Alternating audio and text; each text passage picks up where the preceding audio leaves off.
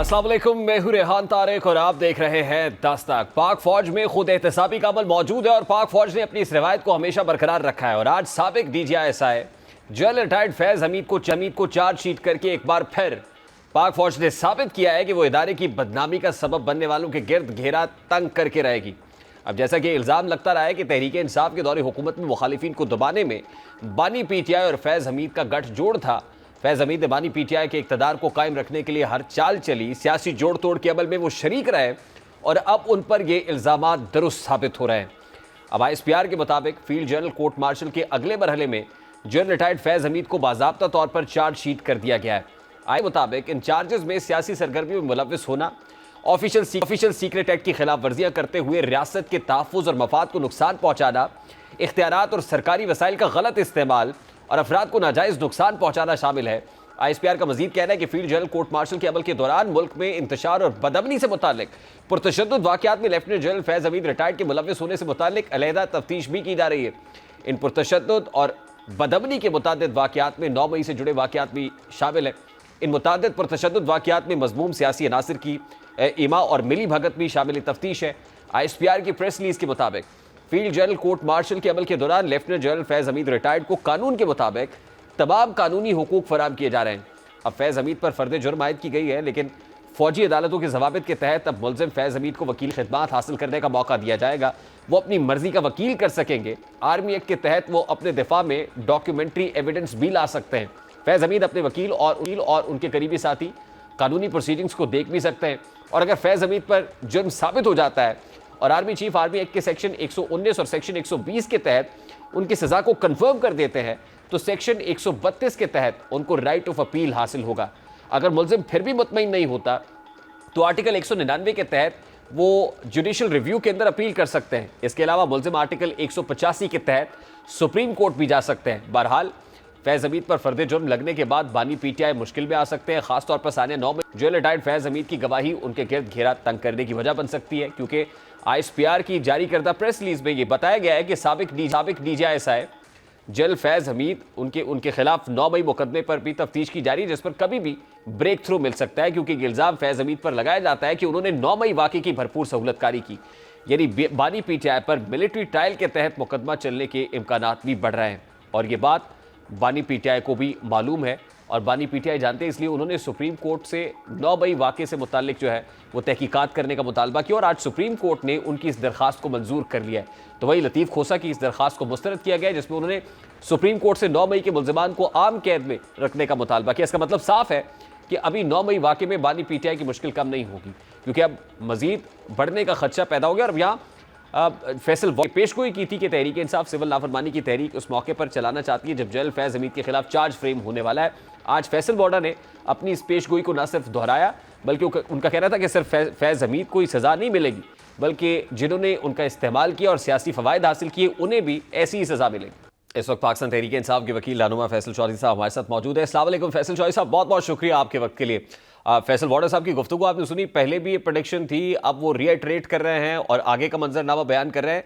आपको लगता है कि इसमें एक बहुत बड़ा मैसेज है आज जो चार्जशीट पेश की गई है और वो मैसेज बानी PTI और PTI के लिए है?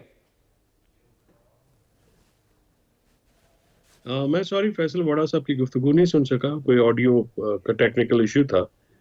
और चार्जशीट की जहां तक बात है, चार्जशीट अभी तक सामने आई नहीं है, तो जब तक चार्जशीट हतमी तौर पे सामने नहीं आ जाती है उसकी कानूनी पहलुओं का जायजा लेना तो मुश्किल बात नहीं, है। लेकिन ISPR ने जो प्रेस रिलीज इशू की है वो प्रेस रिलीज तो आपकी नजर से गुजरी होगी फैसल चौधरी साहब? जी मैं डायला में था,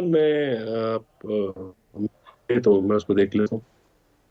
आपकी आवाज नहीं सुन सके ठीक तरीके से, डिस्टॉर्शन है कहीं। आप क्या कह रहे हैं फैसल चौधरी साहब, अगर आप रिपीट कर सकें, क्योंकि चार्जशीट तो जो चार्ज फ्रेम हुए हैं वो तो ISPR ने सराहत के साथ अपनी प्रेस रिलीज के अंदर मेंशन कर दिए। देखिए उन चार्जशीट जो एक तो ये जो एहतसाब है जनरल फैज़ का, ये इदारे का इंटरनल मैटर है, ये वो कैसे इसको डील करते डू विद PTI एक पॉलिटिकल जमात है, अपने प्रोग्राम और अपने एजेंडे के तहत चलेगी। 9 मई का जो वाक़या है वो बहुत पोलिटिसाइज्ड वाक़या है, उसमें बहुत सारे लोगों को जो उस वक़्त रहनुमा उसमें शामिल थे उनको उन मुकदमात में शामिल नहीं किया गया। सिर्फ इस बना के ऊपर उन्होंने पीटीआई को खैराबाद कह दिया है। तो उसकी जो ऑथेंटिसिटी है वो क्वेश्चनेबल है अब, क्योंकि वो क्लिप्स हो गया है वो सारा वाकया, और उसके बाद जो सबूत और गवाहान भी हैं वो भी कोई ऐसे नहीं है। इस पे बहुत सारे फैसले आ चुके हैं, सुप्रीम कोर्ट के फैसले भी आ चुके हैं, दूसरी अदालतों के भी फैसले आ चुके हैं कि ये जो 9 मई का वाकया है, ये वाकया बजाय इसकी कि मेरिट के ऊपर इसकी तहकीकात होती, इसको सियासत ज़दा कर दिया गया है। हमारा मौकफ ये है कि इसमें बहुत सारे ऐसे लीडरान को शामिल किया गया है जो कि 9 मई वाले दिन वहां पे शायद मौजूद भी नहीं थे। जैसे शाह महमूद कुरैशी साहब जो थे वो कराची में थे। इस तरह से बाकी जो है उनको एक 9 मई को हम जो है वो पीटीआई स्पेसिफिक एक ऐसा वाकया समझते हैं कि जिसमें पीटीआई को सामने रख के ये सारा मुकदमात बनाए गए हैं। और इसमें हैविंग हकीकत सेड शायद दैट 9th ऑफ मई में बहुत से लोगों का मिलिट्री कोर्ट में ट्रायल तो हो रहा है, सिविलियंस की बात कर रहा हूं मैं, और जाहिर है वो सजाएं सिर्फ सुप्रीम कोर्ट ऑफ पाकिस्तान के हतमी फैसले से मशरूत हैं। लेकिन आपको नहीं लगता कि फॉर्मर स्पाई मास्टर के को जो चार्जशीट सुनाई गई है और जिसमें उनके पॉलिटिकल गठजोड़ की बात की गई है, 9th ऑफ मई का बाकायदा जिक्र किया गया है कि वो मामला भी शामिल तफ्तीश है, तो ये रास्ता कम अज कम बना रहा है, हमवार कर रहा है बानी पीटीआई की मिलिट्री कस्टडी के लिए?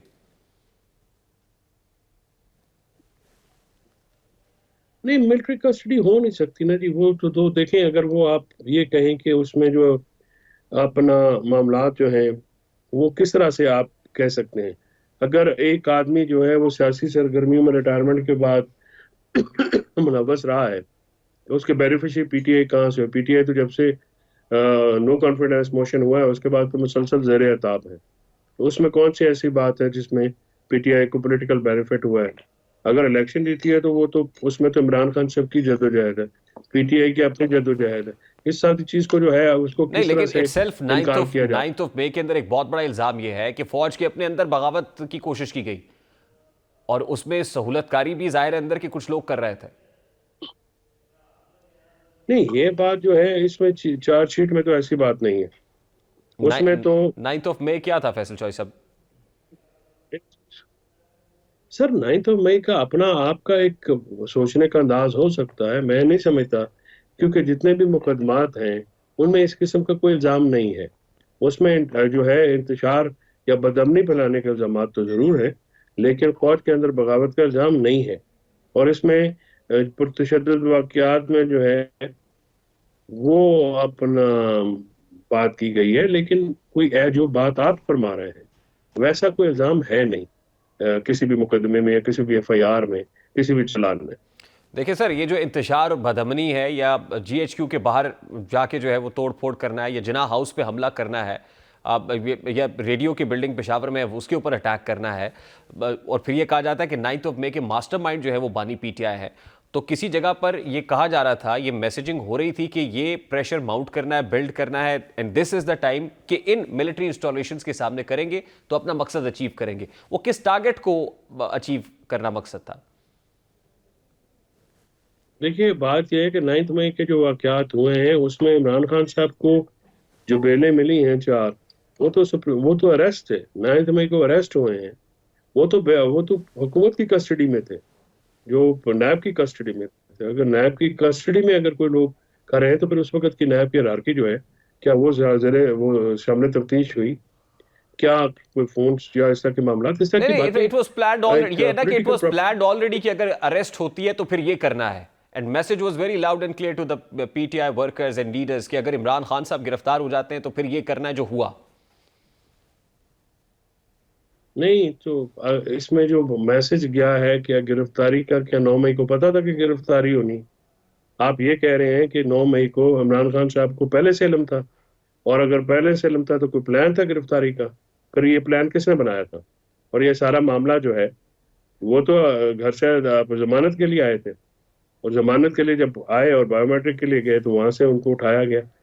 तो बात यह है कि जो अगवा किया गया जिस तरीके से, फिर उसकी फुटेज चली, तो वो तो एक रिएक्शन हो सकता है स्पॉन्टेनियसली हो, लेकिन ये प्लानिंग जो है इसमें तो फिर ये भी दूसरा सवाल तो ये उठता है कि इस प्लानिंग में कौन और शामिल था जिसने 9 मई को उनकी अरेस्ट का प्रोग्राम भी बनाया हुआ था, और बाकी सारा मामला तो फिर उन जो जिम्मेदारान हैं तो फैसला उनसे साहब, कौन सवाल पूछे? आप ये समझते हैं कि मिलिट्री कस्टडी नहीं बनती है, लेकिन अगर आने वाले दिनों में ऐसा होता है तो फिर रिएक्शन क्या होगा? पीटीआई लीडरशिप का, पीटीआई के वर्कर्स का रिएक्शन क्या होगा? एक तो हमने देखा ना कि बानी पीटीआई की अरेस्ट पे रिएक्शन था, अब मिलिट्री कस्टडी पे रिएक्शन क्या होगा?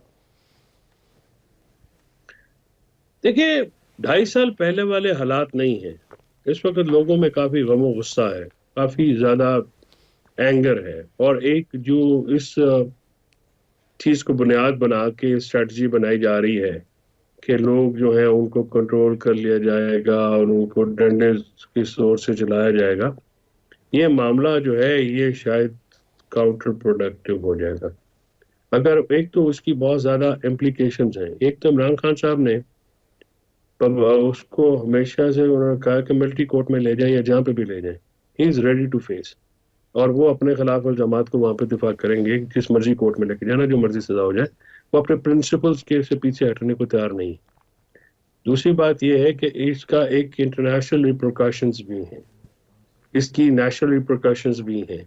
ये सारी चीजों को जहन में रखना होगा। और अगर कोई ये हुकूमत समझती है कि इमरान खान साहब का मिलिट्री ट्रायल की इजाजत देंगे या मिलिट्री ट्रायल होगा, तो फिर इन आने वाले दिनों में कुछ अरसे के बाद फिर इन हुक्मरानों का मिलिट्री ट्रायल भी होगा, तो फिर उससे इनको कौन बचाएगा? ये मामला इतना सादा नहीं है, इतना आसान नहीं है जितना कि बताया जाता है। और अगर इस किस्म का मामला हुआ तो इसका रद्द अमल जरूर होगा। रद्द अमल किस सूरत में होता है ये मैं बताने से कासिर हूँ, लेकिन डेफिनेटली वैसा सियासी वैसा जमातें तो वैसा सियासी रद्द अमल तरीके भी से आ रद्द सकता अमल है देती जैसे हैं। 9 मई को आया था।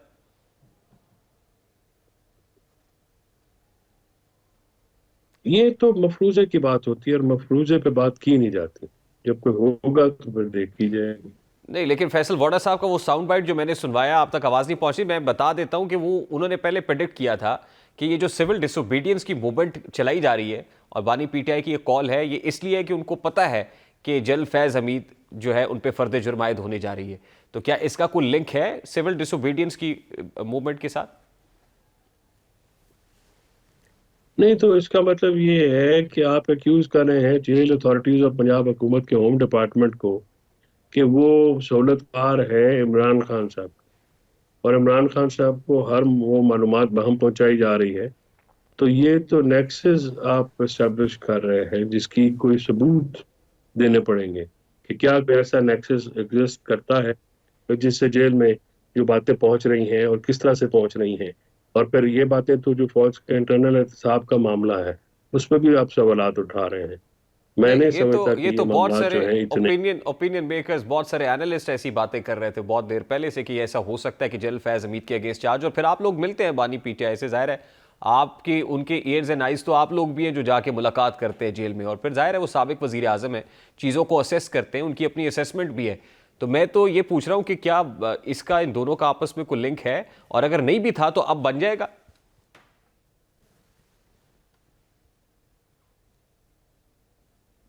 नहीं, आपके सवाल की मुझे समझ में नहीं आई। आप ये कह रहे हैं कि एक तो जाहिर है जो जनरल फैज पे चार्जशीट का मामला कम से कम मेरे इल्म में तो नहीं था, आज की मीटिंग में तो मेरी गुफ्तगू नहीं हुई या किसी की भी नहीं हुई। और बाकी जो बाहर होते हैं वाकयात, तो डेफिनेटली उनको मुख्तलिफ लोग मिलते हैं, उनकी फैमिली भी मिलती है, वो भी चीजें बताते हैं। लेकिन ये जो मामला आप जिनके ऊपर इशारा कर रहे हैं ये तो काफी सीक्रेट मामला है, और ये का जो मामला है ओपन तो नहीं होते। तो इसका तो फिर आपका इशारा किसी और तरफ मैं है। मेरा इशारा फैसल तो वोडा वो साहब की इशारा तरफ है। जब तक आप मैं फैसल वोडा साहब को मेंशन कोट कर रहा हूं कि वो बार बार बता रहे थे ना कि ये चार्ज फ्रेम होने लगा है, ये फर्द जुर्म आयद हो रही है। और फिर बहुत सारे ऐसे एनालिस्ट हैं जो ये बात कर रहे थे, और सियासी पंडित भी ये बातें करते हैं कि जी होने लगा है, ऐसे होने जा रहा है। तो अल्टीमेटली जाहिर है, अच्छा मुझे बताइए सर कि सिविल डिसोबीडियंस की जो मूवमेंट है, अब वो जाहिर है डेडलाइन में तो चंद रोज बाकी रह गए हैं, तो what have you plan now? ये इस कॉल के ऊपर स्टिक रहेंगे, करेंगे? सिविल लाफरमानी तहरीक चलने जा रही है? जी डेफिनेटली चलेगी। पहले हम देखिए, हम पहले यौम शोदा मना रहे हैं, हमने वक्त दिया है, हमने अपना एजेंडा दिया है। हुकूमत जो है उस एजेंडे के मुकाबले में अपना एजेंडा दे, या तो इस एजेंडे पे बात करे या फिर अपना नुक्ता नजर लेके आए। हुकूमत या असल हुकूमत जो भी बात करना चाहते हैं, हम तो अपोजिशन की पार्टियों को इस वक्त इन्वॉल्व करना चाहते हैं, और अपोजिशन का एक अलायंस जो है हम वो जो जो इश्यूज इस वक्त मुल्क को दरपेश हैं, जो मसाइब है, ये मुश्किलात है, एक सियासी जो पार्टी है सियासी अंदाज से जो मामला करना चाहती है, हम उसके ऊपर प्रोपर करेंगे। ज़ाहिर है मुज़ाकरात से तो इनकार नहीं है, क्योंकि हम तो बंदूक के जोर पे कुछ नहीं बात कर सकते। हम तो जो भी बात करेंगे गुफ्तगू के जरिए करेंगे, वो जिससे करनी है। 5 रुकनी कमेटी उमर अयूब साहब की सरबराही में है, वो करे। लेकिन खबर तो ये भी है ना कि हुकूमत भी कोई सियासी मुज़ाकराती कमेटी बना रही है सीनियर लोगों पर मुश्तमिल। और फिर कल ही बैरिस्टर अकील अंजुम ने ये कहा ना कि आप जो है, अकील मलिक ने, कि आपको लिस्ट दे दें उन लोगों की जो असीरान है पीटीआई के, तो इस पर बात हो सकती है। तो आपको लगता है ये पॉजिटिव साइन है गवर्नमेंट की तरफ से? बैरिस्टर अकील ने कल मेरे साथ एक प्रोग्राम में ये कहा है कि वो सोच रहे हैं, तो जब वो आती है कमेटी सामने या फिर उनके पीटीओआर से वो तय होते हैं, तो उसके बाद ही बात हो सकेगी। अब तक तो ये गुफ्तगू हो रही है, लेकिन क्या ये अमल भी होता है इसके ऊपर, या कॉन्क्रीट किसी शेप में भी ढलती है, ये बात सोचनी पड़ेगी। सर, सिविल डिसोबीडियंस की मूवमेंट का कॉल ऑफ करना, इस कॉल का, ये किन चीज़ों से मशरूत है? क्या हो तो आप समझते हैं कि ये कॉल ऑफ हो सकती है? तो निकाती एजेंडा है, असीरान की रिहाई से शुरू किया जा सकता।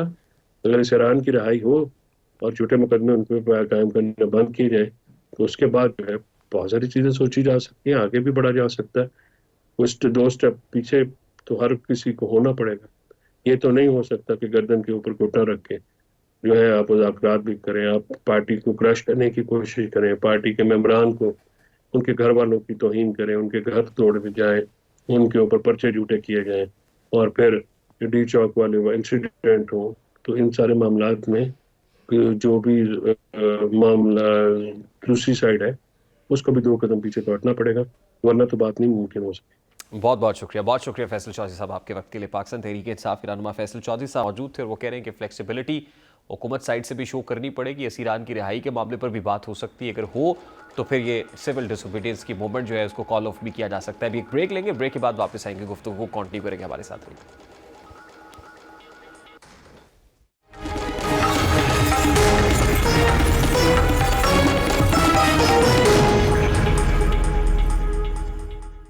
हुकूमत की मुश्किलात जहां तहरीक इंसाफ बढ़ाने की कोशिशों में है, वहीं इसके इत्तेहादी भी इसी डगर पर चलते हुए दिखाई दे रहे हैं। जैसा कि पीपल्स पार्टी जो हुकूमत की पॉलिसियों से नाला नजर आती है, जो वफाक में इज्जत ना मिलने का शिकवा कर रही है, अगर पीपल्स पार्टी हुकूमत से हाथ खींच ले तो इसका अपना वजूद बरकरार रखना नामुमकिन हो जाएगा। यही वजह है कि हुकूमत अपनी सबसे अहम इत्तेहादी जमात को बनाने की हर मुमकिन कोशिश कर रही है, लेकिन पीपल्स पार्टी फिलहाल मानने को तैयार नजर नहीं आ रही, क्योंकि नून लीग और इसकी इत्तेहादी जमात पीपल्स पार्टी के दरमियान बढ़ते हुए इख्तलाफात दूर करने के लिए गुज़श्ता रोज़ होने वाली पहली मुलाकात बेनतीजा रही, और इस हवाले से किसी जानिब से कोई बयान जारी नहीं किया गया।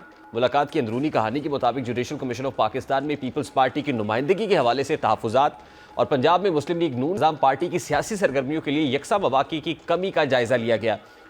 पीपल्स पार्टी से राय के मुताबिक पार्टी ने अहम पॉलिसी फैसले करते हुए मुस्लिम लीग नून की जानिब से इत्तेहादी जमातों को साथ न लेने पर बरहमी का इजहार किया। पीपल्स पार्टी ने पार्लियामान में जल्दबाजी में कानून साजी पर तशवीश का इजहार करते हुए वाज़ेह तौर पर कहा है कि अगर मुस्लिम लीग नून को हमारा ताउन दरकार है तो उन्हें इत्तेहादियों को अहमियत देनी होगी और अपना रवैया तब्दील करना होगा। वफाक की हम इत्तेहादी जमातों के दरमियान मुलाकात में मुल्क भर में इंटरनेट से मुतालिक शिकायत, सुस्त रवि का मामला भी ज़ेर बहस आया, और पीपल्स पार्टी के रहनुमा ने हुकूमत को बताया कि इस तरह की रुकावटों से मुल्क में कारोबार मुतासर हो रहे हैं। उन्होंने खबरदार किया कि अगर सूरत हाल को दुरुस्त करने के लिए फौरी इकदाम नहीं किए गए तो गैर मुल्की सरमायाकारी खतरे में पड़ जाएगी। और ज़राए के मुताबिक पीपल्स पार्टी के रहनुमाओं ने पंजाब के इलाके चोलिस्तान में दरियाए सिंध पर 6 नहरों की मुजवज़ा तामीर पर भी तशवीश का इजहार किया है। उनका कहना है कि इस मंसूबे से सिंध की ज़मीनें मुकम्मल तौर पर बंजर हो जाएंगी, और उन्होंने मुस्लिम लीग नून के रहनुमाओं की तवज्जो इस मंसूबे के खिलाफ सिंध के मुख्तलिफ इलाकों में जारी मुजाहिरों की तरफ भी मबजूल कराई। अब पीपल्स पार्टी और वफाकी हुकूमत के माबैन किसी कैफियत है, क्या ये डेडलॉक खत्म हो पाएगा? बात करेंगे इस वक्त पाकिस्तान पीपल्स पार्टी की मरकजी रहनुमा शैला रज़ा साहिबा ने भी ज्वाइन किया। अस्सलाम वालेकुम शैला साहब, बहुत बहुत शुक्रिया आपके वक्त के लिए। पाकिस्तान पीपल्स पार्टी से मामलात को हल करने के लिए नून लीग ने कमेटी बनाई, इसहाक डार साहब इस पर काम कर रहा है, और जाहिर है कल मुलाकात भी हुई, लेकिन ये मुलाकात डिसाइसिव कंक्लूसिव नहीं हो सकी, बेनतीजा ख़त्म हो गई। क्या वजह है कि पीपल्स पार्टी के कंसर्न्स को एड्रेस करने में हुकूमत नाकाम है अभी तक? बहुत शुक्रिया आपका। देखें, एक तो पहले हमें ये बात समझ लेनी चाहिए सॉरी कि दो पार्टीज़ हैं जो आइडियोलॉजिकली एक दूसरे से बिल्कुल अलग हैं, और लेकिन उसके बावजूद हम साथ बैठे हैं, तो यकीनन के मुख्तलिफ़ जगह पर टकराव के मकामात आएंगे और वो आ रहे हैं और इसको बेहतर करने के लिए दोनों तरफ से कोशिश हो रही है। लेकिन अभी सलूशन के मैटर्स हैं कि वो रिज़ॉल्व होते हैं या नहीं, तो मुश्किलात आएंगी, लेकिन हम डायलॉग कर रहे हैं और डायलॉग करते रहेंगे। किसी जगह पर पीपल्स पार्टी नून लीग से या वफाकी हुकूमत से हाथ खींचने का फैसला भी कर सकती? नहीं, अभी वो मुकाम नहीं आया। क्यों? लेकिन हमारी एक दरख्वास्त है कि अगर सीईसी बुला ली जाए, सॉरी सीसीआई जो है, काउंसिल ऑफ कॉमन इंटरेस्ट, इसको हाँ सॉरी सीसीआई, असल में मैं भागती भी आ रही हूँ आपकी वजह से इजलास छोड़ के। सीसीआई को बुलाया जाए और नेशनल इकोनॉमिक काउंसिल का भी जो है इजलास बुलाया जाए। सीसीआई के हर तीसरे महीने जो है, ये कॉन्स्टिट्यूशनल बॉडी है, इनको बुलाना चाहिए और नेशनल इकोनॉमिक काउंसिल का भी जो है ना साल में 2 दफ़ा इजलास होना चाहिए। तो वो बहुत सारी बातें जिसके लिए कॉन्स्टिट्यूशनली जो है वो प्लेटफॉर्म एग्जिस्ट करते हैं, वो एग्जिस्ट करते हैं, वहाँ पे बात होगी तो आराम से बात हो जाएगी, चाहे तलखी हो चाहे कुछ हो, वो तो एक प्लेटफॉर्म है। लेकिन अगर आप प्लेटफॉर्म नहीं मैसर करेंगे तो फिर बात जो है वो मुख्तलिफ़ तरीक़े से बाहर निकलेगी, और जब मुख्तलिफ़ तरीक़े से बाहर निकलेगी तो फिर खलकत शहर तो कहने को फसाने मांगे। ठीक, लेकिन आप समझते हैं फिर भी इसके बावजूद ऐसा वक्त नहीं आया कि पीपल्स पार्टी हाथ खींच ले? देखिए, अब एक और चैलेंज भी दरपेश है। एक तो विद इन द गवर्नमेंट है, दूसरा पाकिस्तान तहरीक इंसाफ को इंगेज करने से मुतालिक भी बात हो रही है। आप इस पर भी वफाकी हुकूमत को कुछ सजेशन दे रहे हैं कि पाकिस्तान तहरीक इंसाफ के साथ भी कोई डायलॉग करना चाहिए? ये जो फेडरल कैबिनेट के अंदर कोई चीज़ें अप्रूवल होने जा रही मजीद मुकदमात के हवाले से, इस पर भी पीपल्स पार्टी कोई मशवरा दे रही है हुकूमत को कि बजाय इसके कि सख्तियां मजीद बढ़ाई जाएं, कोई पॉलिटिकल स्पेस क्रिएट होनी चाहिए? देखिए, मैं इत्तफाक से एडवाइज़री कमेटी में भी हूँ, पार्लिमानी एडवाइज़री कमेटी में, और वहाँ पर भी ये बात की गई है कि खुर्शीद शाह साहब जो हैं वो जल्दी पार्लिमानी कमेटी का भी इजलास बुलाएंगे।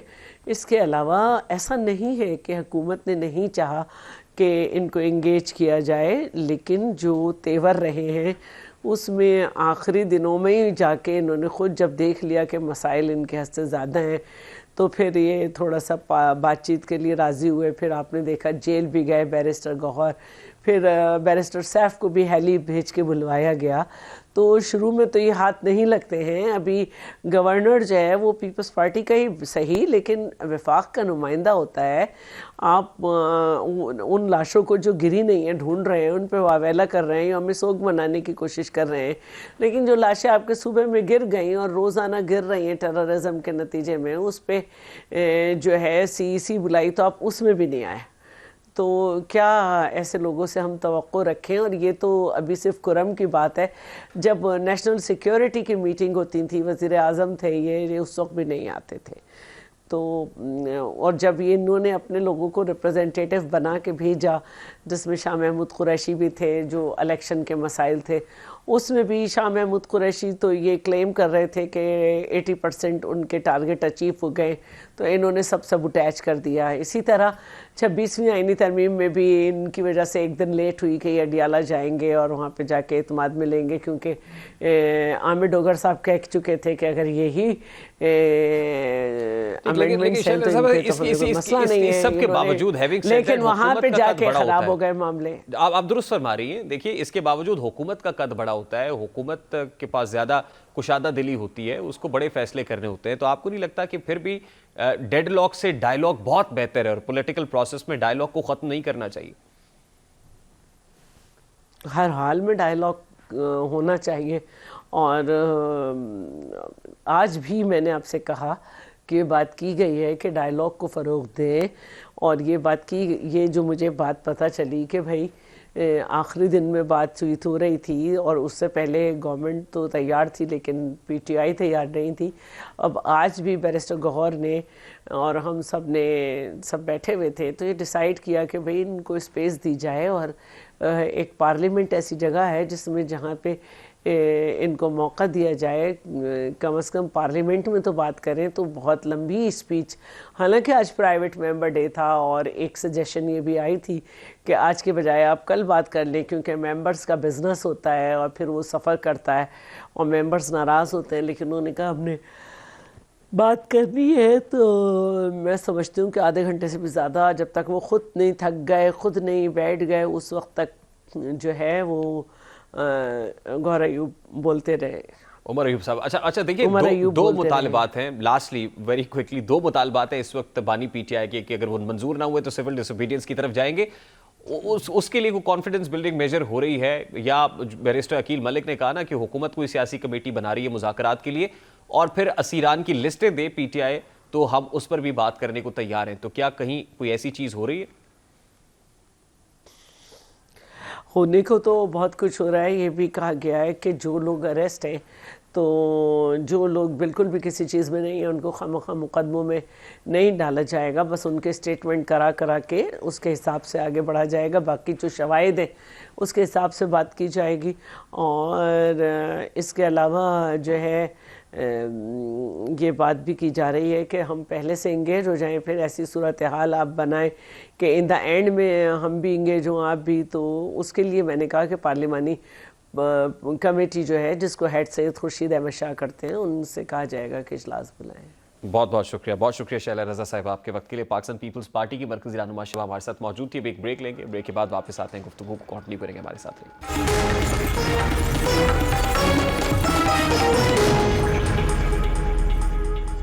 तहरीक इंसाफ सिविल नाफरमानी की तहरीक चलाने का इरादा रखती है, जिसके तहत वो बैरून मुल्क ज़र मुबादला में ना भेजने की कॉल दे रही कि बैरून ममालिक जो ओवरसीज़ पाकिस्तानीज मौजूद है वो रेमिटेंसेस भेजना छोड़ दें। अब सवाल ये है कि क्या ये तहरीक कामयाब होगी?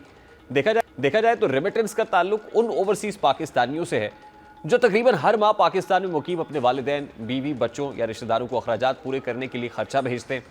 अगर बानी पीटीआई ये चाहते हैं कि बैरून मुल्क मुकीम पाकिस्तानी अपने रिश्तेदारों को खर्चा भेजना छोड़ दे या कम कर दे, तो ऐसा मुमकिन होता नज़र नहीं आता। क्योंकि ऐसा नहीं हो सकता कि अगर कोई पाकिस्तान में घर बनाने के लिए या ज़मीन ख़रीदने के लिए या कोई और कारोबार में सरमायाकारी का सोच रहा है तो अब इसलिए सरमायाकारी नहीं करेगा क्योंकि बानी पीटीआई ने कॉल दी है। जबकि दूसरी जानिब ओवरसीज़ पाकिस्तानियों, खुसूसन अमरीका, बरतानिया और यूरोप में मुकीम पाकिस्तानी जो माली एतबार से मजबूत हैं, उनके ख़ानदान उनके साथ ही मुकीम है, वो तो सरमाया पाकिस्तान भेजते ही नहीं है। अब फ़र्ज़ करें कि ओवरसीज़ पाकिस्तानी ज़र मुबादला भेजना बंद कर भी देते हैं, तो इस सूरत में तो मुल्क को अरबों रुपए का नुकसान उठाना पड़ सकता है। अब अगर बात की जाए कि ओवरसीज़ पाकिस्तानी किस मुल्क से कितना ज़र मुबादला भेजते हैं, तो स्टेट बैंक और वजारत ख़जाना के रिकॉर्ड के मुताबिक बैरून मुल्क पाकिस्तानी वर्कर्स की जानिब से माली साल 2021 में 29.45 अरब डॉलर्स पाकिस्तान भेजे गए। साल 2022 में रिकॉर्ड 31.237 अरब डॉलर्स भेजे गए। साल 2023 में 27.332 अरब डॉलर्स, जबकि माली साल 2024 में 30.250 अरब डॉलर्स पाकिस्तान भेजे गए। सऊदी अरब से सबसे ज़्यादा रेमिटेंसेस पाकिस्तान भेजी जाती है, जिसके बाद मुत्तहिदा अरब अमारात, बरतानिया, यूरोप, अमरीका और दीगर गल्फ ममालिक और इसके बाद दीगर ममालिक से मौसूल की जाती है। माली साल 2023 में सऊदी अरब से सबसे ज़्यादा 6.53 अरब डॉलर्स पाकिस्तान भेजे गए। मुत्तहिदा अरब अमारात यानी यूएई से 4.65 अरब डॉलर्स, बरतानिया से 4 अरब डॉलर्स और दीगर गल्फ कंट्रीज से 3.19 अरब डॉलर, अमरीका से 3.16 अरब डॉलर्स, यूरोप से 3.13 अरब डॉलर्स, जबकि दीगर ममालिक से 2.57 अरब डॉलर्स और मजमूई तौर पर इस साल के दौरान 27.33 अरब डॉलर रेमिटेंसेस की सूरत में पाकिस्तान भेजे गए। माली साल 2024 में सऊदी अरब से सबसे ज़्यादा 7.424 अरब डॉलर्स पाकिस्तान भेजे गए। मुत्तहिदा अरब अमारात से 5.53 अरब डॉलर्स, बरतानिया से 4.52 अरब डॉलर्स और अमरीका से 3.53 अरब डॉलर्स, दीगर गल्फ कंट्रीज से 3.18 अरब डॉलर्स और यूरोप से 3.53 अरब डॉलर्स, जबकि दीगर ममालिक से 2.52 अरब डॉलर्स और मजमूई तौर पर इस साल के दौरान 30 अरब डॉलर्स की रेमिटेंसेस पाकिस्तान मौसूल हुई हैं। यानी एक बड़ा वॉल्यूम है, एक बड़ा चंक है जो इसकी सूरत पाकिस्तान पहुंचता है। और अगर ये कैंपेन ट्रिगर की जाती है और ज़ाहिर इफेक्टिव बानी पीटीआई इसको बनाने की बात करते हैं, तो यकीनन ये मुल्क के लिए नुकसानदेह होगा। अभी एक ब्रेक लेंगे और ब्रेक के बाद जब वापस आएंगे तो गुफ्तगू कंटिन्यू करेंगे हमारे साथ।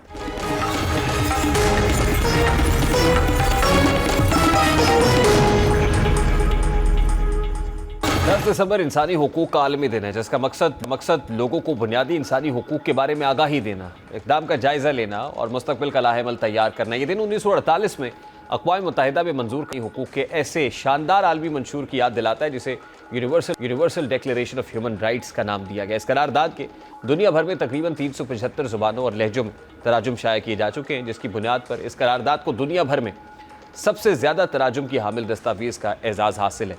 ये करारदाद दूसरी जंग अज़ीम के फौरी बाद मंजर-ए-आम पर आई, जिसकी रूह से दुनिया भर में पहली बार इन तमाम इंसानी हुकूक के बारे में इत्तफ़ाक़ राय पैदा किया गया, जो हर इंसान का बुनियादी हक़ है और बिला इम्तियाज़ फराहम किए जाने चाहिए। और इस करारदाद में मजमूई तौर पर 30 शिकें शामिल की गई। ज़रूरत इस अमर की है कि सिर्फ करारदाद नहीं और उसके कंटेंट्स ही नहीं, बल्कि उसकी हकीकी असल जो जिस्ट है, रूह है, उसके मुताबिक उस पर अमल दरामद भी किया जा सके, ताकि दुनिया भर के अंदर जहाँ जहाँ इंसानी हुकूक की पायमाली हो रही है, अनजस्ट बिहेवियर है, राइट्स को पायमाल किया जा रहा है, पाकिस्तान समेत दुनिया भर के अंदर जहाँ कहीं पे भी हो रहा है, इसको रेक्टिफाई किया जा सके, यकीनी बनाया जा सके कि जो इंसान की अजमत है उसके मुताबिक ही उसके साथ ट्रीटमेंट होना चाहिए।